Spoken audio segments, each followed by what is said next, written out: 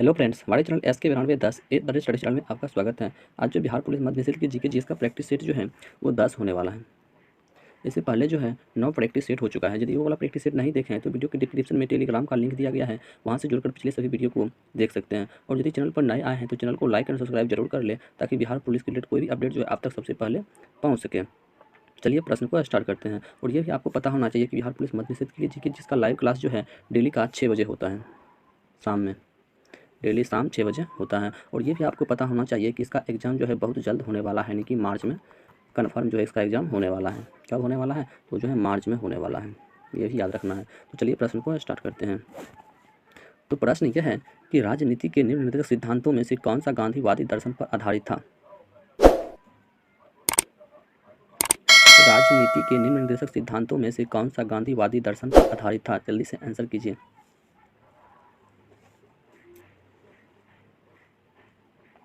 तो ये गांधीवादी दर्शन पर जो आधारित था, ये ग्राम पंचायतों का आयोजन था। तो एक का बिल्कुल सही आंसर जो ऑप्शन नंबर ए हो जाएगा, ग्राम पंचायतों का आयोजन। और ग्राम पंचायत से यदि आप चुनाव लड़ रहे हैं तो आपका उम्र जो है वो कम से कम 21 वर्ष होना चाहिए।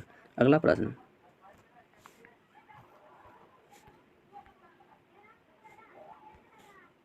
अगला प्रश्न है 2 नंबर की, भारत में आधारित लोकतंत्र निम्न में से कौन सुनिश्चित करता है? भारत में आधारित लोकतंत्र जो है यह कौन सुनिश्चित करता है? जल्दी से आंसर कीजिए। भारत में आधारित लोकतंत्र जो है निम्न में से कौन सुनिश्चित करता है? तो यह जो है पंचायती राज जो है सुनिश्चित करता है। तो 2 का बिल्कुल सही आंसर जो ऑप्शन नंबर ए हो जाएगा, पंचायती राज। और यह जो है विकेंद्रीकरण पर आधारित होता है। यह जो है विकेंद्रीकरण पर आधारित होता है। और इसे जो है आर्टिकल, कहने का मतलब 53, यदि आर्टिकल 53 पर आधारित जो है संघ कार्यपालिका का संवैधानिक प्रधान जो है वो राष्ट्रपति होता है। ये भी याद रखना है कि अनुच्छेद 53 के आधार पर संघ की कार्यपालिका का संवैधानिक प्रधान जो है यह राष्ट्रपति होता है। अगला प्रश्न,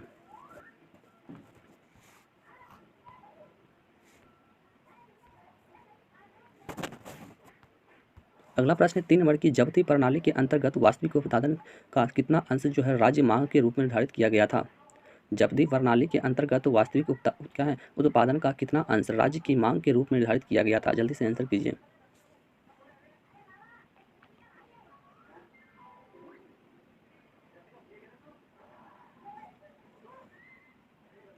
तो 1/3 भाग क्या हो जाएगा? 1/3 भाग जो है निर्धारित किया गया था, यानी कि 1/3। तो 3 का बिल्कुल सही आंसर जो ऑप्शन नंबर बी हो जाएगा, 1/3 भाग। यदि इसकी बात करें कि जब्त प्रणाली की, तो जब्त प्रणाली की शुरुआत जो है इसे अकबर ने किया था। किसने किया था? तो ये अकबर ने किया था। यह प्रणाली जो है राबा, यानी कि क्या है प्रणाली का मतलब जो है टोडरमल द्वारा, यह प्रणाली जो है राजा टोडरमल द्वारा पेश किया गया था। किसके द्वारा पेश किया गया था? तो टोडरमल के द्वारा जो है इसे पेश किया गया था। और टोडरमल जो है वो अकबर का क्या है समक्ष वित्त मंत्री था। टोडरमल जो है वो अकबर का समक्ष क्या था? एक मंत्री था, ठीक है, वित्त मंत्री था। ये भी याद रखना है। अगला प्रश्न, अगला प्रश्न है 4 नंबर की, निम्न में से किसने भारत में फ्रेंच शक्ति को समाप्त कर दिया है? निम्न में से किसने जो है भारत में फ्रेंच शक्ति को समाप्त कर दिया है?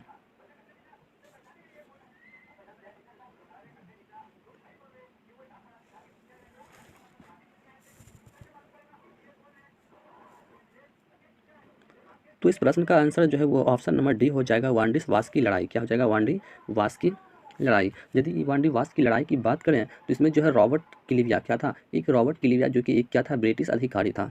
वो जो है 1744 में भारत आया और डुप्लेक्स को हराया। रॉबर्ट क्लीविया जो है एक ब्रिटिश अधिकारी था जो कि 1744 में भारत आया और डुप्लेक्स को हराया। और इस हार के बाद 1754 में जो है 1754 में डुप्लेक्स को फ्रांस वापस बुला लिया गया था। ठीक है। अगला प्रश्न,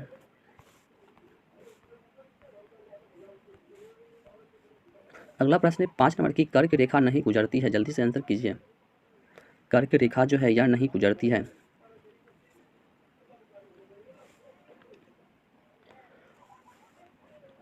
तो कर्क रेखा जो है वो भारत के 8 राज्यों से होकर गुजरती है। कितने राज्य से होकर गुजरती है? तो यह जो है भारत के 8 राज्यों से होकर गुजरती है, जिसमें गुजरात, राजस्थान, मध्य प्रदेश, छत्तीसगढ़, झारखंड, पश्चिम बंगाल और त्रिपुरा और मिजोरम है। ठीक है, गुजरात, राजस्थान, मध्य प्रदेश, छत्तीसगढ़, झारखंड, पश्चिम बंगाल, त्रिपुरा और मिजोरम है। तो इस प्रश्न का बिल्कुल सही आंसर जो है क्या नहीं है, मतलब क्या बोल रहा है कि कर्क रेखा नहीं गुजरती है, यानी किस किस राज्य से होकर नहीं गुजरती है?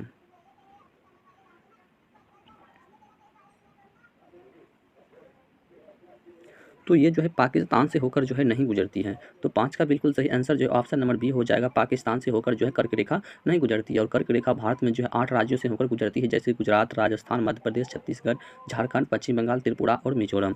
अगला प्रश्न,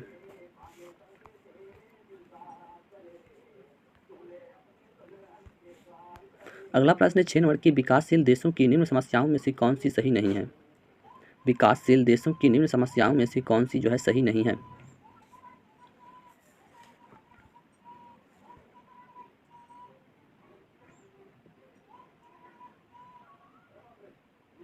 तो ये जो है वृद्ध व्यवस्था वाली आबादी की उच्च अनुपात नहीं है।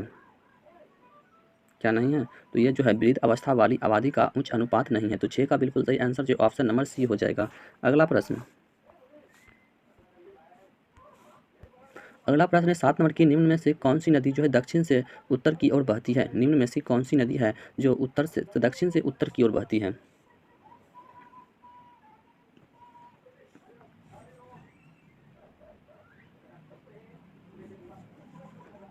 निम्न में से कौन सी नदी है जो दक्षिण से उत्तर की ओर बहती है? जल्दी से आंसर कीजिए।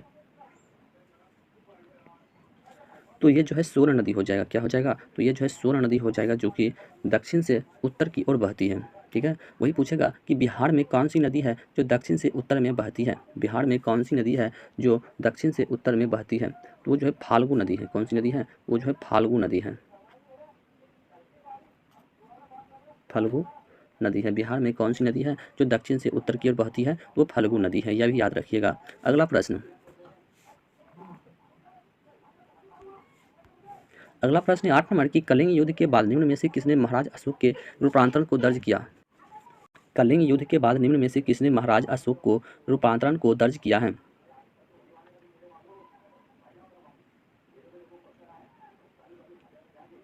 तो यह जो है रॉक एडिकट 8 ने दर्ज किया है। किसने किया है? तो ये जो है रॉक एडिकट 8 ने जो है दर्ज किया है। तो 8 का बिल्कुल सही आंसर जो ऑप्शन नंबर डी हो जाएगा। अगला प्रश्न, अगला प्रश्न है 9 नंबर की, हर्षवर्धन की आरंभिक राजधानी कहाँ थी?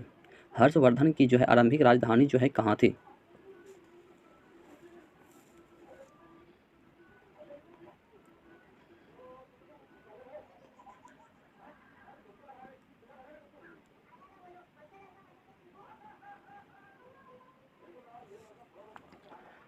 तो हर्षवर्धन की आरंभिक राजधानी जो है यह कन्नौज थी। कहाँ थी? तो ये जो है कन्नौज थी, क्योंकि कन्नौज कहाँ पड़ता है? तो ये जो भी उत्तर प्रदेश में पड़ता है। ठीक है, कन्नौज कहाँ पड़ता है? यह जो उत्तर प्रदेश में पड़ता है। और जब हर्ष ने जो है भारत के दक्षिण भाग में अपने राज्य का क्या क्या विस्तार करने की कोशिश की, तो चालुक्य वंश, कौन था? तो चालुक्य वंश,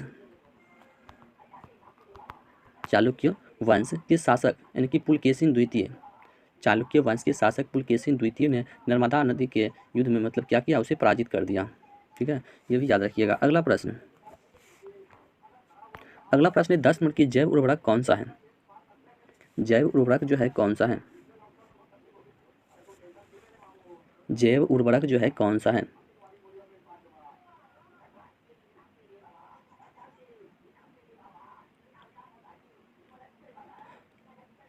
तो ये जो है एजो एस्पिरिलम हो जाएगा। क्या हो जाएगा? एजो एस्पिरिलम। तो 10 का बिल्कुल सही आंसर जो ऑप्शन नंबर बी हो जाएगा, एजो एस्पिरिलम। अगला प्रश्न,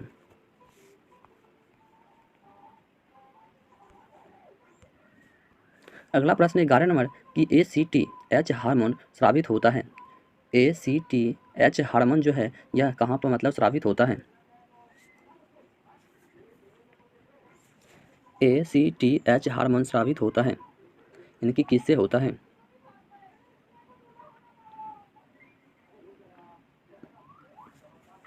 तो ACTH हार्मोन जो है यह पीयूष ग्रंथि से स्रावित होता है। तो 11 का बिल्कुल सही आंसर जो ऑप्शन नंबर सी हो जाएगा, पीयूष ग्रंथि से। अगला प्रश्न, अगला प्रश्न है 12 नंबर की, आमाशय ग्रंथियों को मतलब पेप्सिन स्रावी कोशिकाएं हैं। आमाशय ग्रंथि की पेप्सिन स्रावी कोशिकाएं हैं। आमाशय ग्रंथियों की पेप्सिन स्रावी कोशिकाएं हैं। तो ये मुख्य कोशिकाएं हो जाएगा। तो 12 का बिल्कुल सही आंसर जो ऑप्शन नंबर सी हो जाएगा, मुख्य कोशिकाएं। क्या हो जाएगा? मुख्य कोशिकाएं। अगला प्रश्न, अगला प्रश्न है 13 नंबर की, निम्न में से वर्णक प्रोटीन कौन सा है? निम्न में से वर्णक प्रोटीन जो है क्रोमोप्रोटीन कौन सा है? जल्दी से आंसर कीजिए। निम्न में से वर्णक प्रोटीन जो है कौन सा है?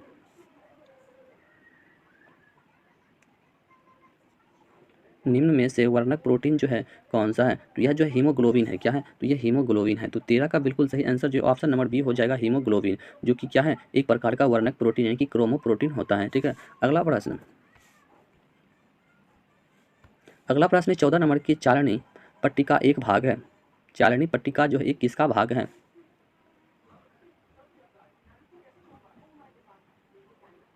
चालनी पट्टिका जो है यह एक किसका भाग है? जल्दी से आंसर कीजिए। तो चालनी पट्टिका जो है यह पोषवाह यानी कि फ्लोएम का एक भाग होता है। किसका भाग है? तो यह जो एक फ्लोएम का भाग होता है। तो 14 का बिल्कुल सही आंसर जो ऑप्शन नंबर डी हो जाएगा, फ्लोएम का। ठीक है, अगला प्रश्न। अगला प्रश्न है 15 नंबर की ऑस्ट्रेलिया में यानी कि प्रभंजन, ऑस्ट्रेलिया में प्रभंजन यानी कि हरिकेन का एक अन्य नाम क्या है? ऑस्ट्रेलिया में प्रभंजन का एक अन्य नाम जो है क्या है?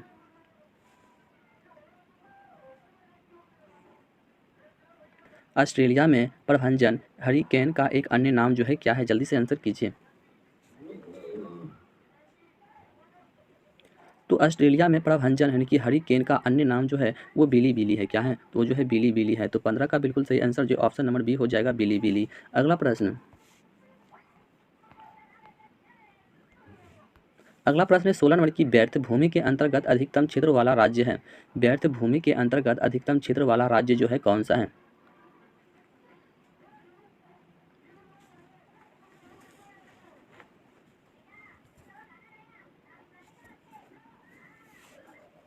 व्यर्थ भूमि के अंतर्गत अधिकतम क्षेत्र वाला राज्य जो है कौन सा है?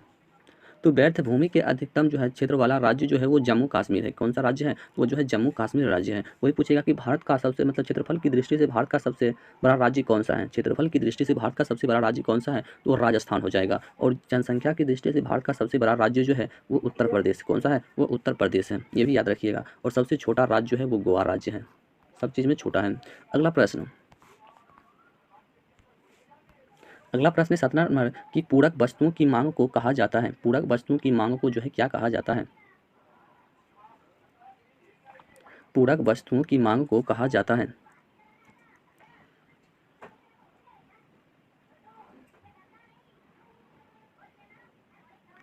तो पूरक वस्तुओं की मांग को जो है संयुक्त मांग कहा जाता है। तो 17 का जो है आंसर सही हो जाएगा, वो संयुक्त मांग हो जाएगा। अगला प्रश्न।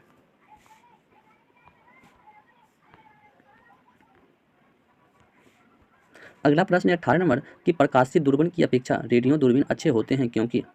प्रकाशीय दूरबीन की अपेक्षा जो है रेडियो दूरबीन अच्छे होते हैं, क्यों होते हैं? तो 18 का बिल्कुल सही आंसर जो ऑप्शन नंबर डी हो जाएगा, सभी के कारण होता है। वे मंदाकिनी यानी कि गैलेक्सियों का पता लगाना है तो जो प्रकाशीय दूरबीन नहीं कर सकता है। ठीक है, वे क्या है, संघाक्षित परिस्थिति में भी काम कर सकता है। वे दिन और रात के दौरान भी काम कर सकता है। यानी कि 18 का बिल्कुल सही आंसर जो ऑप्शन नंबर डी हो जाएगा, उपयुक्त सभी। अगला प्रश्न।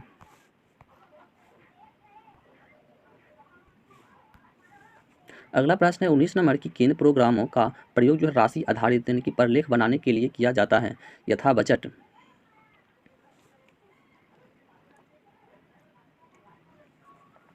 किन प्रोग्रामों का प्रयोग जो है राशि आधारित यानी कि प्रलेख बनाने के लिए किया जाता है? यथा बजट। जल्दी से आंसर कीजिए।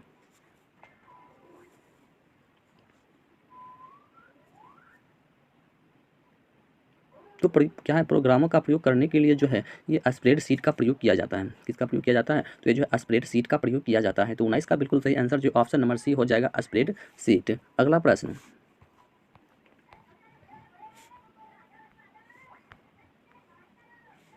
अगला प्रश्न 20 नंबर की तर्क संगत त्रुटियों के विलोपन की प्रक्रिया को कहते हैं। तर्क संगत त्रुटियों के विलोपन की प्रतिक्रिया को क्या कहते हैं? जल्दी से आंसर कीजिए। तर्क संगत त्रुटियों के विलोपन की प्रक्रिया को क्या कहते हैं?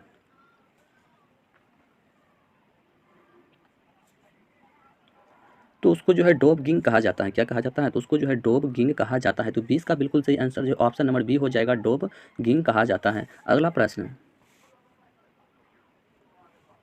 अगला प्रश्न 21 नंबर की जल संवर्धन विधियों से पादप उगाने की प्रणाली को कहते हैं। जल्दी से आंसर कीजिए कि जल संवर्धन विधियों से पादप उगाने की प्रणाली को क्या कहते हैं।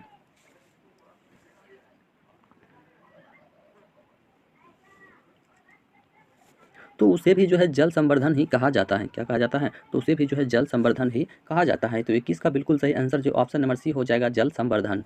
अगला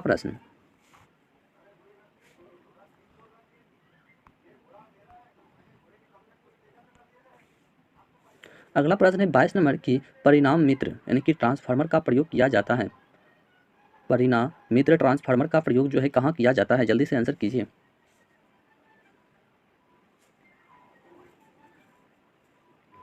तो ट्रांसफार्मर का प्रयोग जो है एसी वोल्टता को बढ़ाने के लिए किया जाता है। यानी कि एसी का फुल फॉर्म होता है अल्टरनेटिंग करंट। क्या होता है? तो अल्टरनेटिंग करंट होता है। और डीसी वोल्ट को बढ़ाने के लिए किसका प्रयोग किया जाता है? तो डीसी वोल्ट बढ़ाने के लिए जैसे रेक्टिफायर, ठीक है, क्या हो गया? रेक्टिफायर हो गया है, ये सब होता है। जैसे उसके बाद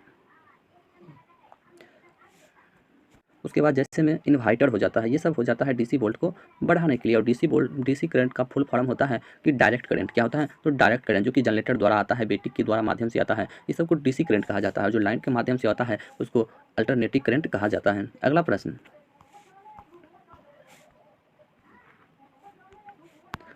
है 23 नंबर की साबुनीकरण एक प्रक्रिया है जिसके द्वारा क्या होता है? साबुनीकरण एक प्रक्रिया है जिसके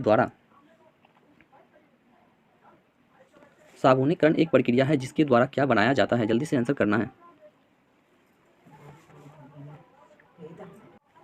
साबुनीकरण एक प्रक्रिया है जिसके द्वारा क्या बनाया जाता है? तो साबुनीकरण एक प्रक्रिया है जिसके द्वारा साबुन ही बनाया जाता है। क्या बनाया जाता है? तो साबुन बनाया जाता है। तो 23 का बिल्कुल सही आंसर जो ऑप्शन नंबर ए हो जाएगा, साबुन बनाया जाता है। साबुनीकरण एक प्रक्रिया है जिसके द्वारा साबुन बनाया जाता है। अगला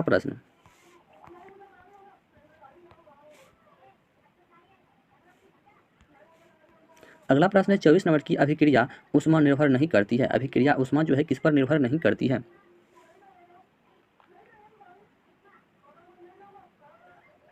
ऊष्मा जो है किस पर निर्भर नहीं करती है? जल्दी से आंसर कीजिए।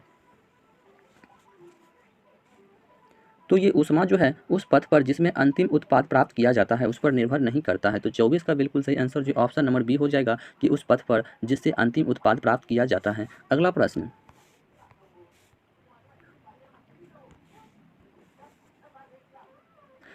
है 25 नंबर की पेयजल में एंट अमीबा हिस्टोलिका का होना एक संकेत है। किसका संकेत है? जल्दी से आंसर कीजिए कि पेयजल में एंट अमीबा हिस्टोलिटिका का होना एक संकेत है। हिस्टोलिका टका का होना क्या है? एक संकेत है। जल्दी से आंसर कीजिए कि पेयजल में एंट अमीबा हिस्टोलिटिका का होना एक संकेत है।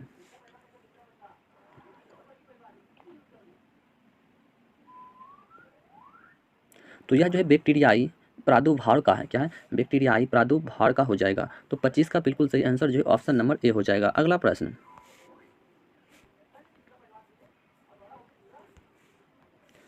है 26 नंबर कि पीरकनाशी के रूप में डीडीटी का प्रयोग की हानि है। पीरकनाशी के रूप में जो है डीडीटी का प्रयोग होना मतलब क्या है? हानि है। किस लिए हानि है?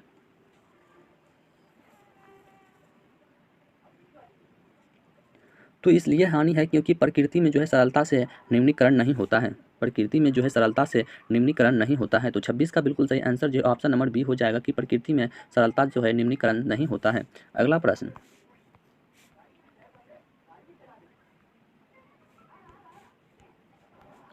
है 27 नंबर की अनपेक्षित ईमेल या जंक मेल होता है। अनपेक्षित ईमेल या जंक मेल होता है, वो क्या होता है? अनपेक्षित ईमेल या जंक मेल होता है। तो जंक मेल जो है वो स्पैम होता है। क्या होता है? तो वो जो है स्पैम होता है। तो 27 का बिल्कुल सही आंसर जो ऑप्शन नंबर सी हो जाएगा, स्पैम। अनपेक्षित ईमेल या जंक जो मेल जो है यह एक प्रकार का स्पैम होता है। अगला प्रश्न है 28 नंबर की निम्न में से कौन सा प्राकृतिक बहुलक है? निम्न में से कौन जो है एक प्राकृतिक बहुलक है? जल्दी से आंसर कीजिए। निम्न में से कौन जो है एक प्राकृतिक बहुलक है? तो प्राकृतिक बहुलक जो है ये सेल्यूलोज। क्या है? सेल्यूलोज हो जाएगा। क्या हो जाएगा? तो सेल्यूलोज हो जाएगा। अगला प्रश्न अगला प्रश्न है 29 नंबर की ताप उत्क्रमण होता है, यानी कि ताप जो है किसके लिए उत्क्रमण होता है, जल्दी से आंसर कीजिए कि ताप जो है उत्क्रमण होता है, ताप उत्क्रमण होता है।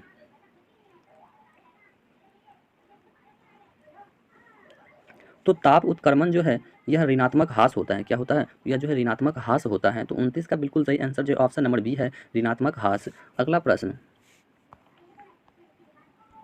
चलिए अगला प्रश्न है 23 नंबर की माय, यानी कि माय अनफॉरगेटेबल मेमोरीज किसकी आत्मकथा है। माय अनफॉरगेटेबल मेमोरीज जो है किसकी आत्मकथा है, जल्दी से आंसर कीजिए।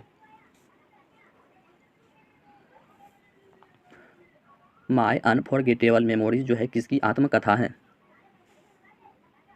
तो माय अनफॉरगेटेबल मेमोरीज जो है यह ममता बनर्जी की एक आत्मकथा है, किसकी आत्मकथा है, तो यह जो है ममता बनर्जी की एक आत्मकथा है। तो 30 का बिल्कुल सही आंसर जो ऑप्शन नंबर सी हो जाएगा, ममता बनर्जी। अगला प्रश्न, अगला प्रश्न 31 नंबर की G8 में सबसे बाद में आने वाला देश है। G8 में सबसे बाद में आने वाला देश जो है कौन सा है, जल्दी से आंसर कीजिए। G8 में सबसे बाद में आने वाला देश जो है कौन सा है।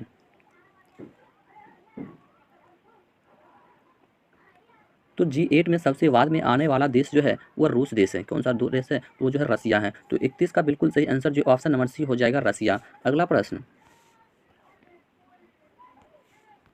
अगला प्रश्न है 32 नंबर की दक्षिण सूडान की राजधानी है, यानी कि दक्षिण सूडान की राजधानी जो है कहाँ है।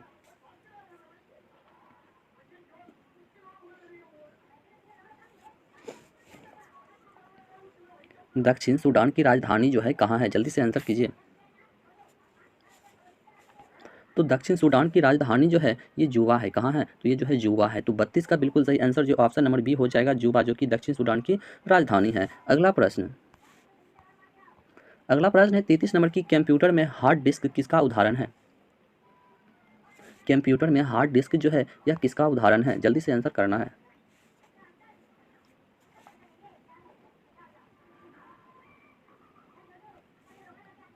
तो कंप्यूटर में हार्ड डिस्क जो है यह मास स्टोरेज यंत्र का क्या है, एक उदाहरण है।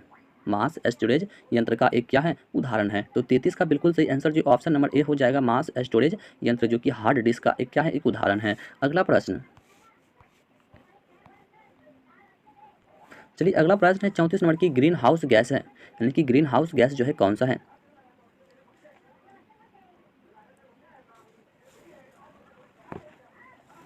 ग्रीन हाउस गैस जो है कौन सा है, तो ग्रीन हाउस गैस जो है वो CO2, CH4NO और CFC, क्या है, CO2, CH4NO और CFC। तो 34 का बिल्कुल सही आंसर जो ऑप्शन नंबर ए हो जाएगा, CO2, CH4NO एवं CFC, जो कि ग्रीन हाउस गैस है। अगला प्रश्न, अगला प्रश्न है 35 नंबर की अत्यधिक प्रदूषणकारी उद्योग किस कोटि में आते हैं। अत्यधिक प्रदूषणकारी उद्योग जो है यह किस कोटि में आता है।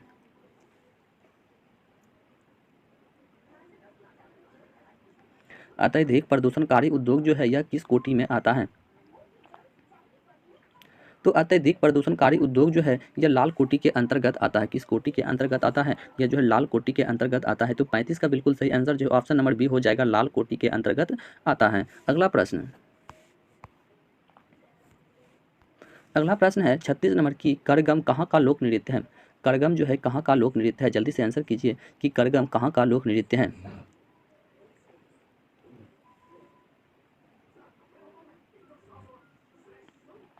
करगम जो है कहाँ का लोक नृत्य है, तो करगम जो है कहाँ का लोक नृत्य है, तो यह जो है तमिलनाडु का एक लोक नृत्य है। कहाँ का लोक नृत्य है, तो यह जो है एक तमिलनाडु का लोक नृत्य क्या है, करगम। तो 36 का बिल्कुल सही आंसर जो ऑप्शन नंबर बी हो जाएगा, तमिलनाडु का एक लोक नृत्य है करगम। अगला प्रश्न,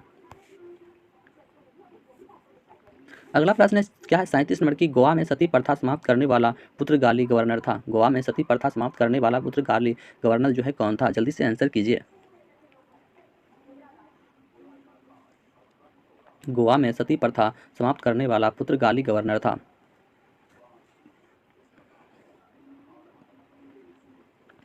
तो गोवा में सती प्रथा समाप्त करने वाला पुर्तगाली गवर्नर जो है वो अल बुक्कर था, कौन था, तो वो जो है अल बुक्कर था। तो 37 का बिल्कुल सही आंसर जो ऑप्शन नंबर ए हो जाएगा, अल बुक्कर, जो कि गोवा में सती प्रथा समाप्त करने वाला एक पुर्तगाली गवर्नर था। अगला प्रश्न, अगला प्रश्न है 38 नंबर की द्रोणाचार्य पुरस्कार दिया जाता है। द्रोणाचार्य पुरस्कार जो है किस क्षेत्र में दिया जाता है, जल्दी से आंसर कीजिए।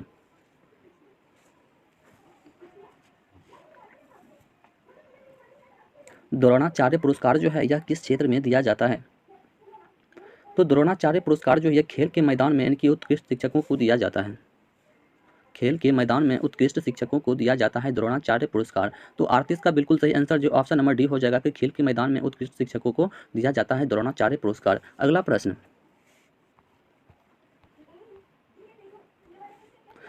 है 39 नंबर की ऊपरी मृदा की अधिकतर मात्रा बनाई गई है। ऊपरी मृदा की अधिकतर मात्रा जो है बनाई गई है, जल्दी से आंसर कीजिए।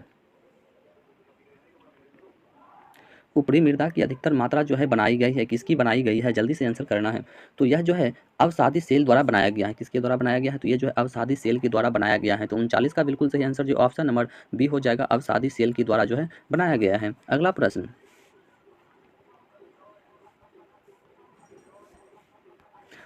है 40 नंबर की निम्न में से किसको केंद्रीय सरकार के वर्तमान राजस्व में शामिल नहीं किया जाता है? निम्न में से किसको केंद्रीय सरकार के वर्तमान राजस्व में शामिल नहीं किया जाता है?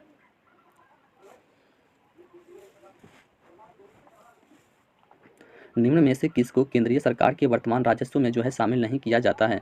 तो यह जो है ऋण को शामिल नहीं किया जाता है। तो 40 का बिल्कुल सही आंसर जो ऑप्शन नंबर सी हो जाएगा, ऋण को जो है शामिल नहीं किया जाता है। अगला प्रश्न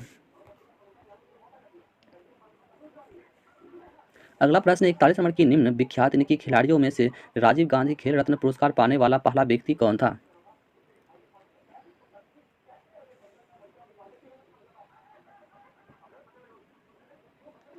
निम्न विख्यात खिलाड़ियों में से राजीव गांधी खेल रत्न पुरस्कार पाने वाला पहला व्यक्ति कौन था? तो क्या है, राजीव गांधी खेल रत्न पुरस्कार पाने वाला पहला व्यक्ति जो है ये विश्वनाथ आनंद था। कौन था? तो ये जो है विश्वनाथ आनंद था। तो 41 का बिल्कुल सही आंसर जो ऑप्शन नंबर बी हो जाएगा कि विश्वनाथन आनंद, जो कि राजीव गांधी खेल रत्न पुरस्कार पाने वाला पहला व्यक्ति है। अगला प्रश्न है 42 नंबर की निम्न में से कौन सा क्या है अल्पाधिकारी उद्योगों का एक लक्षण है? निम्न में से कौन सा अल्पाधिकार उद्योगों का एक क्या है लक्षण है?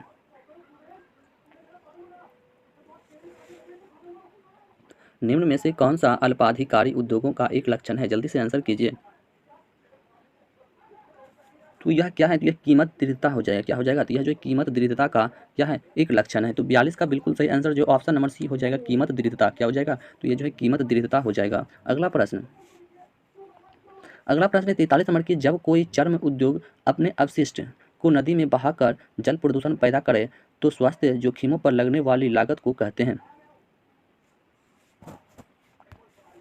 जब कोई चर्म उद्योग अपने अपशिष्ट को नदी में बहाकर जल प्रदूषण क्या है पैदा करता है तो स्वास्थ्य जोखिमों पर लगने वाली लागत को क्या कहते हैं? तो स्वास्थ्य जोखिमों पर लगने वाली लागत को जो है सामाजिक लागत कहा जाता है। तो 43 का बिल्कुल सही आंसर जो है ऑप्शन नंबर बी हो जाएगा, सामाजिक लागत। अगला प्रश्न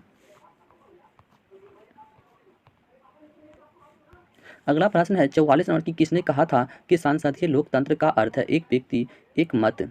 किसने कहा था सांसदीय लोकतंत्र का अर्थ है एक व्यक्ति और एक मत?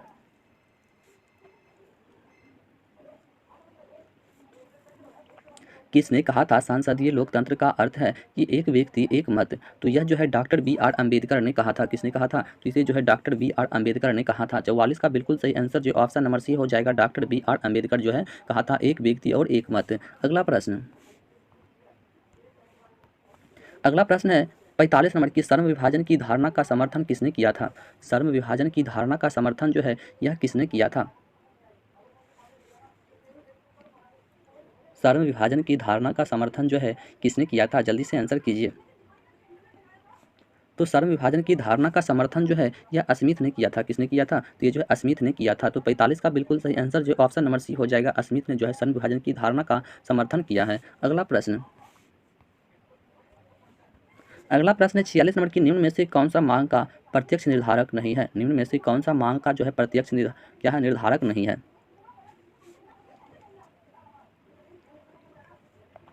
निम्न में से कौन सा मांग का प्रत्यक्ष निर्धारक नहीं है? तो मांग का प्रत्यक्ष निर्धारक जो है ये बचत नहीं है। क्या नहीं है? तो ये जो है बचत नहीं है। तो 46 का बिल्कुल सही आंसर जो ऑप्शन नंबर ए हो जाएगा, बचत, जो कि मांग का प्रत्यक्ष निर्धारक नहीं है। अगला प्रश्न तो चलिए अगला प्रश्न है 47 नंबर की, कौन सा अनुच्छेद जो है सांसद को राज्य सूची के विषयों पर कानून बनाने का अधिकार देता है? कौन सा अनुच्छेद सांसद को राज्य सूची के विषयों पर कानून बनाने का अधिकार देता है? जल्दी से आंसर करना है।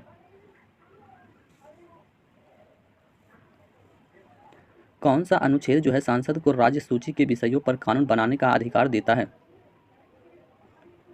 तो ये जो है कानून बनाने का अधिकार जो है ये अनुच्छेद 249 देता है। कौन देता है? तो ये जो है अनुच्छेद 249 देता है। तो 47 का बिल्कुल सही आंसर जो ऑप्शन नंबर डी हो जाएगा 249। अगला प्रश्न है 48 नंबर की संविधान का कौन सा भाग नागरिकता के प्रावधानों से संबंधित है? संविधान का कौन सा भाग है जो नागरिकता के प्रावधानों से संबंधित है? नागरिकता के प्रावधान से संबंधित है। संविधान का कौन सा भाग जो है नागरिकता के प्रावधानों से संबंधित है? तो नागरिकता के प्रावधानों से संबंधित है, ये भाग 2 है। क्या है? तो ये भाग 2 जो है नागरिकता से संबंधित है। तो इस प्रश्न का बिल्कुल सही आंसर जो ऑप्शन नंबर ए हो जाएगा भाग 2। अगला प्रश्न, चलिए अगला प्रश्न है 49 नंबर की लोकतांत्रिक क्या है कि लोकतांत्रिक विकेंद्रीकरण का आशय है। लोकतांत्रिक विकेंद्रीकरण का आशय है, यानी कि लोकतांत्रिक विकेंद्रीकरण का जो है आशय क्या है?